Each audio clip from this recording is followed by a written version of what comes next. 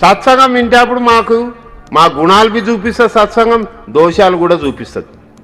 ఎవరిది వాళ్ళకి లోపల ఈడ నేను తప్పుతున్నా ఈడ బరబర్నా అని ఎవరిది వాళ్ళకు కొట్టక తిట్టక బెదిరియక చూపిస్తుంది మార్గం.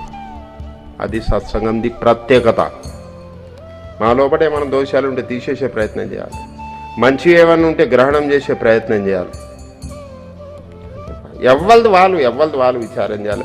ఒకరు మాకు ఏలుపెట్టి చెప్తే నచ్చదు,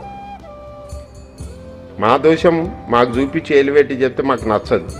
అయితే ఇట్లా సత్సంగం విని కథలు విని మా లోపల ఏమైనా దోషాలు ఉంటే విడిచిపెట్టే ప్రయత్నం చేయాలి, మంచివి ఏమున్నాయి గ్రహణం చేసే ప్రయత్నం చేయాలి.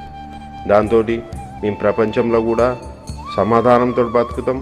తర్వాత పారమాత్ర కూడా ఇహలోక పరలోక లోపల సుఖంగా మా ప్రవాస అవుతుంది, యాత్ర అవుతుంది. రెండు దిక్కుల కూడా మేము సమాధానంతో బతుకుతాం. ఏది ఇటువంటి